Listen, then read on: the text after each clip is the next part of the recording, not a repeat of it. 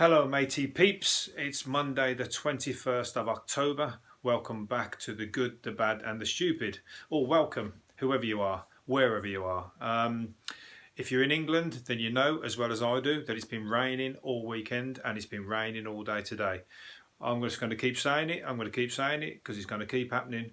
But I can't ignore it. I've got to draw attention to it. It's getting to the point now where guarantees in life are death and taxes, but in the England at the moment we're also guaranteed rain and Brexit, because it's relentless, and they both kind of go hand in hand to some degree, because Brexit is like a fucking pissing down rain cloud all over everybody's head at the moment. So everywhere you go, you're carrying this cloud around with you. Anyway, it rolls on. There's more twists and turns. I think today they've banned them from doing a vote which was going to force through the Brexit, which is apparently a shit deal. So that's a good thing if it's a shit deal, because I don't get all these people who are saying, let's just fucking do it regardless of it being a shit deal. Let's just get it done. But why don't you just get a good deal and then get it done? You know, I know that's easier said than done, but fucking... you're not making it very appealing to people. That's the thing. If it was something that was like everybody could just get on board with, everyone would just go, yeah, come on, let's just do that then. But if everyone's going to suffer, all us like down the bottom with no money, if we're going to suffer, I don't think people should go for it. So you know, let's just see how the days roll out. See if they can get some extra what's it called? Some extra reassurances or whatever else, and maybe it will still happen on October the 31st. Michael Gove apparently has put a fucking wager on it anyway, so it shows where their head's at. They're doing like bets like with each other to see that they get it through on October the 31st. I don't think they give a fucking monkeys about where it goes after or whatever. He's probably more concerned about, it's pretty like, have you seen that film Trading Places? Where it like they ruin everybody's them guys' lives all on a wager of about $10. He pulls out the $10 note out of his wallet, something like that. Anyway, can't remember how much the money was now, but it's along those lines, isn't it? Because they're like probably ribbing each other now, you know, doing bets as to whether we'll fucking get it through or not on the technicality through these backdoor kind of shenanigans, if you like. And you know, that Dominic Cummings guy is still rocking up to number 10 Downing Street in his scruffy clothes and his little carrier bag from Tesco's extra mart or whatever it is, with his little pat lunch and stuff in there. Just looks wrong. He don't look like the right person to be walking in and out of that door to me. But anyway, what am I? Who am I to say what goes on there? I'm just a mere what am I? I'm a mere citizen with no rights or no voice, if you like. Similar to somebody, well, it doesn't really matter, because Julian Assange is a man who's got zero voice at the moment, because he's had his extradition hearing today, or close to it. They've denied him a chance to prepare for his extradition, and it may be not. I think pretty much the writing's on the wall for him, isn't it? He's fucking... journalists should be standing up in arms, striking. Why don't they go and do some kind of protest down outside the court and stuff like that? And I'll tell you what they should do is award him the Pulitzer Prize. The Pulitzer Prize should award it to him in sort of a fucking turn up the heat on the defence of journalism, not necessarily Julian Assange, but turn up the heat on the defence of journalism. Because if he goes down, or he gets like, I mean, it's fucking plagued him for 10 years now, isn't it? But if he goes to prison for fucking life or something in America, that is like a nail in the coffin of journalism. The people who should be fucking going to prison for journalism are people who work for the Sun and shit like that, who fucking, you know, you never see anybody who has tapped up people's phones and fucking bugged hotel rooms or set people up and lied about people. You never see any of them going to prison for it. But somebody comes out and tells the truth, or whistleblower, the fucking shit gets thrown at them. They make up stories. They make up new laws just to fucking put him down. So anyway, so it's bad times for him. But anyway, you've seen my my opinion there. Pulitzer Prize, that'll fucking shake things up, because you can't be seen to be giving him that and then all of a sudden be putting him in prison for the same thing at the same time. So I think that would give a really good kind of wedge in the in the situation. But anyway, I'm sure that there's plenty of people who are trying to do their best to defend him, but not enough people. Not enough people who have got power are doing anything to fucking defend him. So anyway, that'll roll on. Anyway, the rugby weekend, been rugby. I've been watched 4 games of quarter-final rugby this weekend. 4 games. Still don't know what the hell's going on, but we went through. England went through and beat Australia, and New Zealand beat Ireland. That was on Saturday, and we're going to have to play New Zealand next Saturday. So that's going to be the game of the tournament. That's just going to be, if we beat them, because they're going on to win the 3rd World Cup in a row, and that's unheard of. Nobody's done it, and also nobody did it the second time, so they were the first to do it, to win it twice in a row. So now they're going to go on to win it for a 3rd time in a row, unless we stop them. So it's about time. It's a bit boring if somebody holds on to it for all that time, but then at the end of the day, they're the ones to beat, aren't they? And they've got the what's it called? They are the it's like their national sport in New Zealand. If you've been to New Zealand, you know that like football is in England, rugby is in New Zealand. That's their fucking, everybody loves it and everybody gets involved. So it's like they're bound to be top of the pops, aren't they? But it's just good if you can bring down the best, because we pretty much fucking bashed Australia. So that was like fucking exciting to watch. And then the other 2 games on Sunday, Japan, my second team, they've been kicked out now, but they did well. They got as far as they made themselves proud. Put it that way. I've still got my little Japanese flag from when I watched them in Brighton for 20 minutes of an 80-minute game because I was late.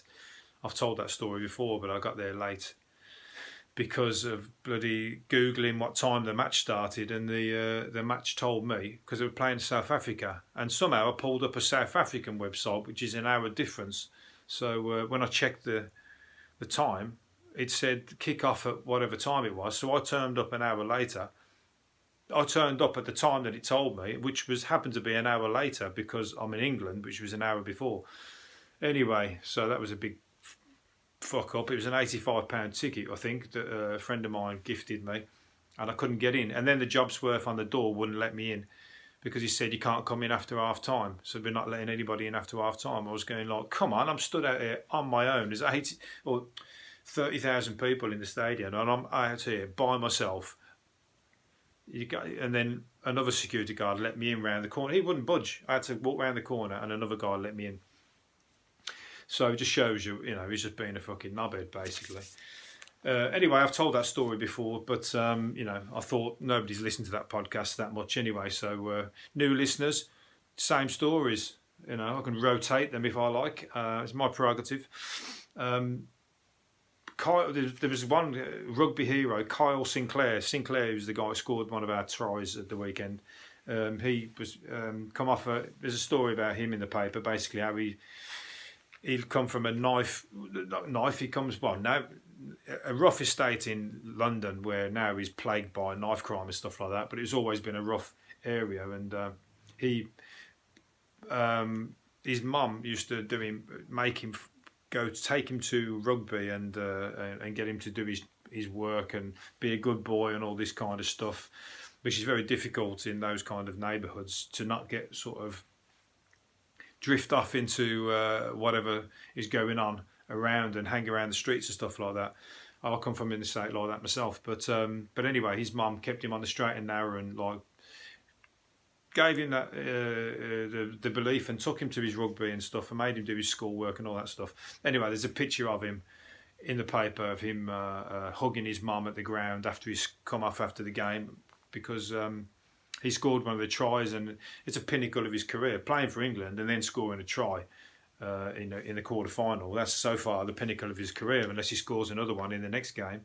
And it just goes to show that people from poor areas or those areas through his mum, not through probably the government and all that kind of stuff. But she's had to do it and pushed him through, and he's gone on and done himself and done us proud because we're on our way. Let's get another couple in the next one. Let's get your mum extra proud. But, you know, in times of knife crime and shit that's happening in all these fucking... the country, not just in London, but it's ridiculous, you know, and I think that should be a beacon of hope to people to you know, take control, try and do it from inside the houses, you know what I mean? Just like, but fucking, you got nowhere to take the kids, have you? You got to take them to youth clubs and all this kind of stuff, get them interested in stuff. But if the places aren't there, then you got nowhere to take them, have you? So they're kind of like, they're out on a limb basically. So hopefully that shit fucking clears up soon, because it's a nightmare. It's happening left, right, and centre, you know. To be that age where I mean, it's dangerous enough at any age to be walking around, but to be at that age where it's almost like fucking life don't matter. It's almost like bragging rights, isn't it? Anyway, let's talk about the royals. It's kicking off in the royal household. Prince William and Prince Harry apparently are not getting on, or they have got a rift. There's hints of rifts between the two couples. And basically, I mean, they're just brothers, aren't they, at the end of the day? They're like, brothers have rows, brothers fall out. Look at, well, you know, I was going to say, look at Oasis then. They fell out for 10 years, though, I mean, but I'm saying people argue, but you have sibling rivalries, don't you? Even if you're royal. But they've got shit fucking, they've got like, it's got to be tough being a royal, because you're kind of like, you got no choice, have you? Even if you don't want to be. You've got no choice but to be one of them, and you've got no choice to do all the shit that comes with it, and you've always forever got a camera in your face. I wouldn't choose to be that. I mean, they've got all the money and, you know, they're famous and all this kind of stuff. I would never want it, because they can't do anything without fucking getting away from it, or being discussed, or being second guessed. You know, what's that? What did he mean by that? Or he said that, or he did that. You know, there was all that shit recently about him flying around on private jets. So William had to go and get on a, what's it called, an EasyJet flight or Flybe flight, to sort of counteract him going off on the private jets. That's what they're pissed off about. He was like, fucking hard to get on that bloody shitty little plane with all the passengers while you're on a private jet, just to sort of give the balance that the royals are down with the people and not just crowing about climate change, and but, you know, being a hypocrite, if you like, which is like what everybody's a hypocrite to some degree. You know, fucking, how's it going to stop? Everybody has to.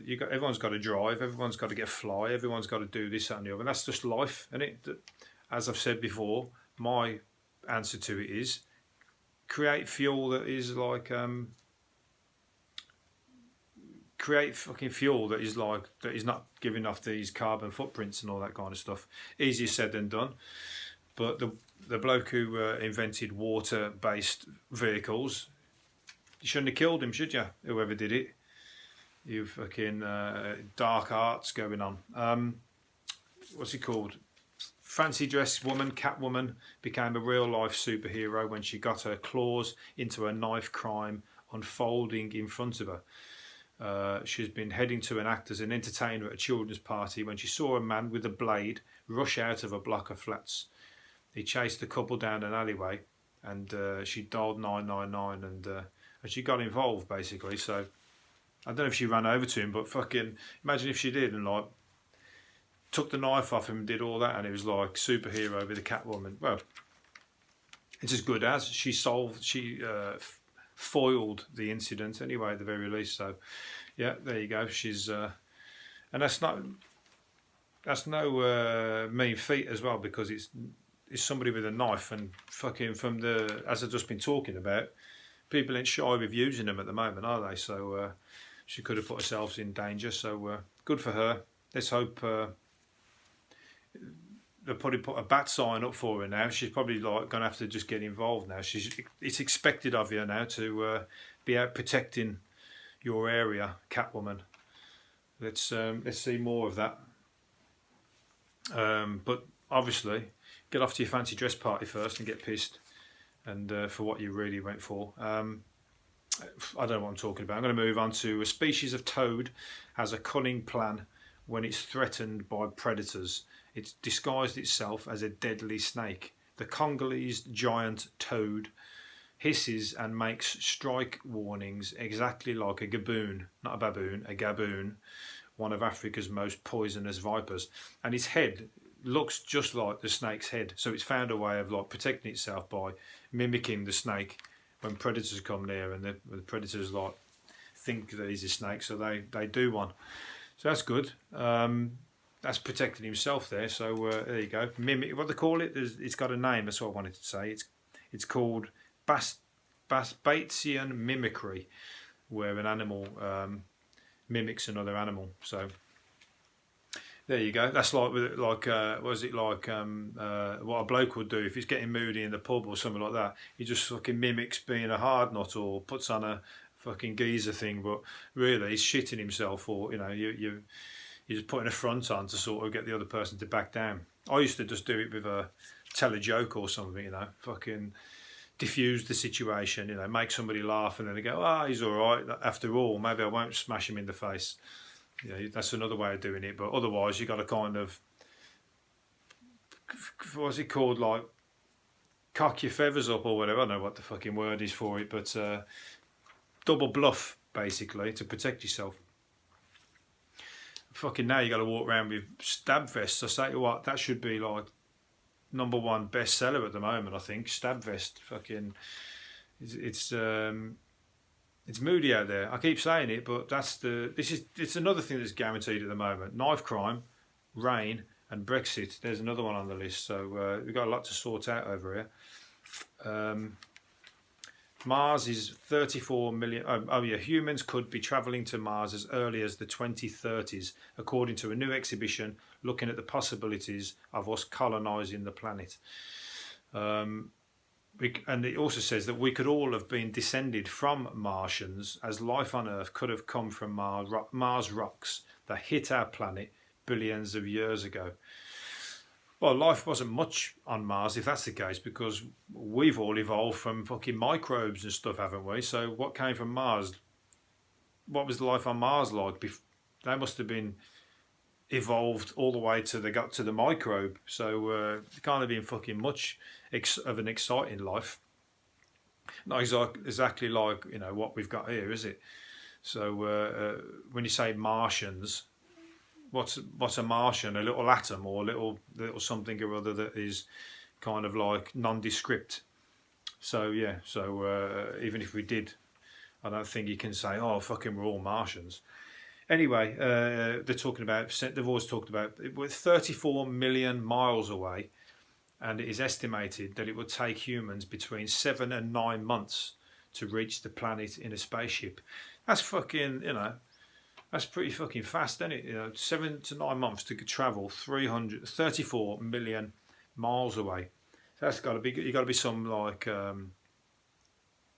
some petrol heads would love to be doing that, wouldn't they? Bombing it at like 34 million miles per month. I don't know how many miles an hour would that be? I would have to work it out, but I ain't got time.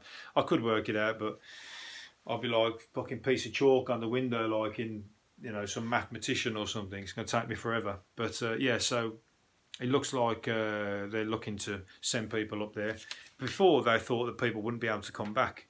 And he said here that in 2014 it was reported that Endemol was looking to do a reality TV show with Mars One, who were planning to send 100 people to permanently live on the planet in 2025. That's Endemol, who are the same people who created Big Brother, or the people who do Big Brother. Who the fuck's going to give them license to do that? I mean, it'd be good, because they'd be sending a right load of muppets up there if that's the case, because if they wanted to look like Big Brother, like with fucking arguing cat fights and people bloody, fucking doing untoward things just for the entertainment on the camera or whatever. I think it was really weird to put fucking Endemol to that situation, but anyway, they was thinking about doing that. How would that? What about when the program got boring after 10 years? Are they just going to like say because the people are stuck there permanently? They just cut the cable off. Right, guys, sorry, that's the end. I'm afraid. Everyone's got bored. The ratings have gone down, so I'm afraid you're going to have to just do your own thing from here on in, and the people are just going to be left stranded, aren't they? So there is a few people that you could send up. I'll tell you what, why don't you send up them guys from Top Gear? They all fucking love all that stuff. Just they love all the. It's always a new, different motor story or situation. There's really nothing to do with cars, so they love bombing it around, don't they? So stick them in the spaceship. They like to go that fast, and then they don't have to come back either, and we can just say the ratings have gone shit, Jeremy. I'm afraid. Time to say goodbye. Won't be missed. I'm only joking. It's not that bad. But anyway, they've said now that they could probably bring people back. It wouldn't. That at first thought that people wouldn't be able to come back, but they say now that they think that people would be able to come back. And I wouldn't want to go. You wouldn't catch me up there because I'm a fan of the cold too much. And it says there the temperatures can hit lows of a minus 153. Now, I've been to Hamburg in Germany when it was minus 10 and my fucking ears were going to snap off. I was like, being Mr. I wouldn't wear a woolly hat. I couldn't find a decent woolly hat, and I ain't walking around with a fucking pom-pom on. No chance. And I couldn't find one that I would wear, so I ended up I was freezing. Like, I had no gloves and no bloody hat.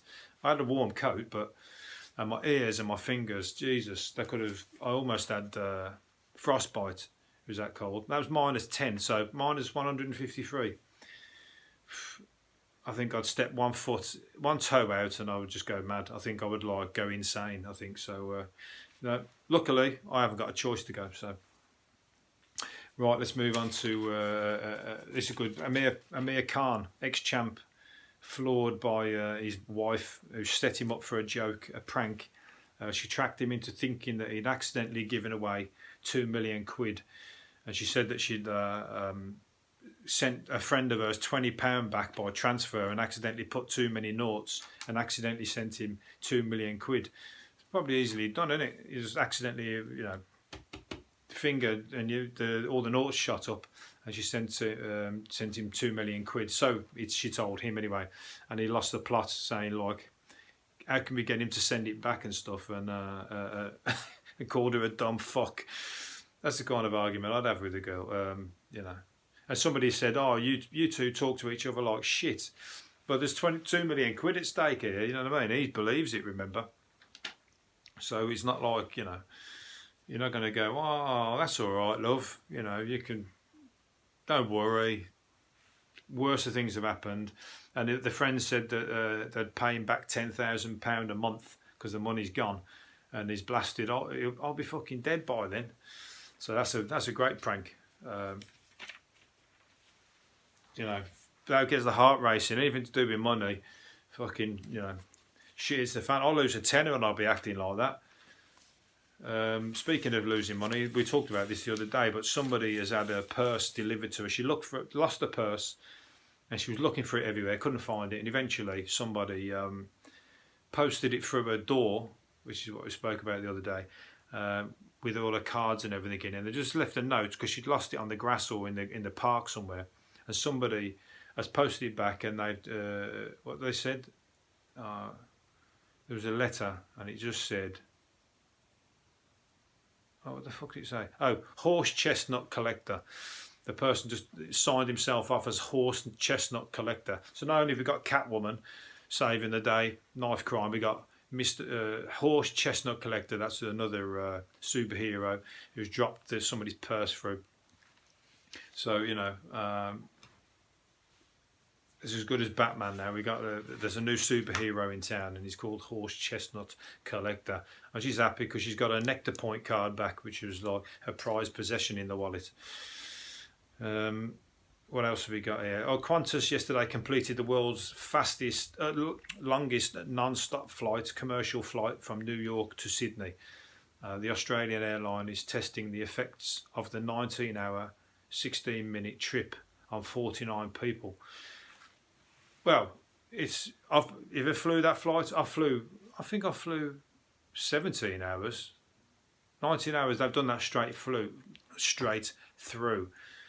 But what have I flew? I can't remember now. Anyway, it's a long flight, isn't it? It's about time to start doing that, because you always have to get 2 flights to Australia, don't you? One, you have to do a change, and that changeover is always a couple of hours, so you end up it's tiring. But 19 hours, think about it, it's less than a day, isn't it? So that's why I always try and think of it as like, it's long as hell when you're there. I mean, I've just done 2-hour flight back from Budapest, and I'd had enough by the time I got back. But at the same time, 19 hours, it's never ending, but it's still less than a day. So this time tomorrow, almost, you'll be in Australia. So you put it like that, it don't seem that long, does it? So I think you just need to have more space to walk around. Then it's a piece of piss. If you're stuck in them seats where there's no room, and it's just like that weird sounds that are going on, like babies crying and things bleeping and people snoring and stuff. It's all that kind of weird stuff, really. But apart from that, I'll welcome it. I would love to jump on a plane. Where's it from? To Sydney? Yeah, because that's on the far side of Australia, so that's the furthest point. So I guess it would be cheap, even shorter flights if you're flying to Perth, because that's 5 hours short anyway. I flew to Perth once, and then I got caught a 3-day train to Sydney. 3 days, that's like 76 hours. I could have flew, but I decided to do this crazy train journey because I thought it would be like, and it was great because you just seen nothingness for endless, and it's weird seeing nothing for hours, and it's kind of like, it's freeing. I was going to say it's freeing because you kind of like, you're out on the plains. I think at one point we went through and there's like about fucking thousands of kangaroos just ran from the train, and that was like something you would never see that anywhere else, and that was pretty special. Reversing back in my seat and then coming back up 3 times, and sleeping in a seat that's reversed like that wasn't quite as memorable. I'll still remember it, but it wasn't memorable for the right reasons. But you rough it, don't you, when you're travelling? It's great fun. It's all part of the fun. You don't have like when it's all great, you kind of forget that. It's always the shit things that kind of like you remember, and it's all part of the fun, part of the experience, isn't it? What else have we got here? Yeah, so people who like to talk loudly on mobile phones and don't look where they are going because they are staring at a screen are among our biggest bugbears. Well, they're also a burglar or a mugger's wet dream, aren't they? Because you're literally asking to get your fucking phone nicked off you, walking around on your phone, or with your headphones in, listening to music and stuff with your head. You almost ask, and especially them ones with the big headphones. It's pretty much like they know that you can't hear fuck all as you're creeping up on them, so you're a target with all that, unfortunately, this day and age. But anyway, what other bugbears have we got? 65% hate others listening to music without headphones. Yeah, they're annoys. I used to be like that on the beach when you're kids. I'd have it down the beach as well. When kids take their Rasta blasters, we used to call them, down the beach and play your music, thinking everybody on the beach is going to think, oh, they're cool, listen to the music they're listening to. But we were playing rave music, blasting out rave music and that, and the fucking people used to think we were right fucking annoying little twats. You know what I mean? Because now I see when people are playing their music and I think, that is shit, just turn it down, but you don't want to get involved because there's about 20 of them and they're half your age and they'll probably kick the shit out of you as well, so it's embarrassing at the same time. So you just leave them to it, and you have to get up and move. It's the only way to do it. Anyway, doesn't really say what other pet peeves you've got. What other ones are there? Eating loudly, can't stand it. Eating loudly, I was talking about this with the cinema. Can't stand people crunching, eating loudly. Again, people on the train as well, when they're listening to music and they're eating an apple or something. Really annoying. That sound is like, you could have a fight over it. Let's put it that way. Domino's Pizza are hoping to hit a home run with its new latest pizza. Oh yeah, they've really cracked the fucking the culinary culinary new boundaries here when they've made the New York hot dog pizza. That's just shit. It's a hot dog on a pizza, which is just bollocks, isn't it? And it's not hardly like anyone could have come up with that. And the drizzling of mayonnaise as well. And oh fucking hell, this sounds horrible. But pizzas, you shouldn't be merging like pizza, hot dog on a pizza. We can have beef burger pizza and fucking egg pizza, egg on a pizza, fried egg pizza. It's just stupid, you know. Italians would be won't be very happy. Italians, you ever had proper Italian pizza? I've had like one where it's just tomato. I've had tomato and cheese, but also I've had one recently because I don't eat cheese now. But tomato and basil, that's it. That's all that's on the pizza. And I swear to God, it's one of the tastiest things I've ever eaten. It's tasty as. If I made that, it just wouldn't taste anything like it. But you wouldn't imagine. It's just 2 ingredients, and it's like, and garlic, sorry, 3 ingredients. And it's and basil, 4 ingredients. Okay, but it's not a hot dog pizza, and they've got all that other shit on it. No, sorry, that's a fucking thumbs down. And Domino's are about 18 quid a pizza, aren't they? No thanks. Right, I'm going to finish up on one more thing. I've overrun here, so let's see what else we got on here.